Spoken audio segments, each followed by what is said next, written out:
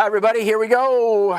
Dear Mike, it has been discovered that a coworker of mine has been suspended from work for suspicion of embezzlement.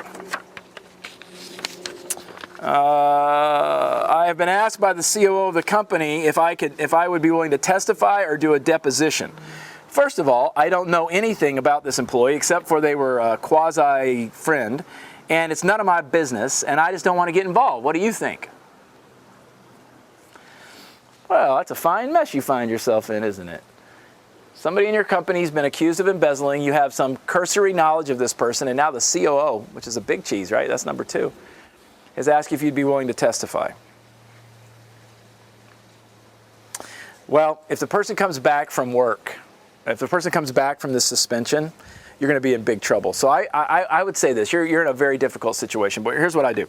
I would sit down with your boss or boss's boss, whoever the COO is, and explain to them what your concern is and say, look, I'm concerned about being harassed, or I'm concerned about sticking my nose in where it doesn't belong.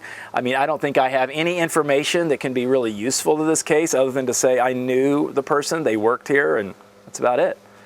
Obviously, you're my boss, and if you instruct me to do it, I will probably do it, but I would probably get a little legal counsel before I did any of that because, you know, you don't want to tick this person off or get yourself involved in a big mess.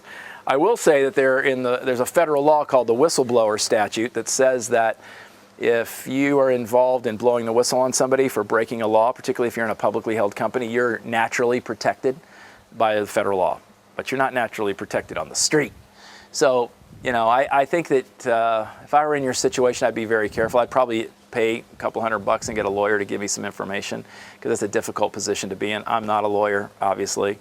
But I think I'd probably get some legal counsel around that. But before I did that, I'd just casually sit down with the COO and explain to him your concerns. If he or she is just really insistent, then I think that's when you need to get a little counsel. But I probably wouldn't make a mountain out of a molehill. It says, would you be willing to? It doesn't say, would you? And so just make sure that you don't get the cart too far ahead of the horse. All right, take care. Bye-bye.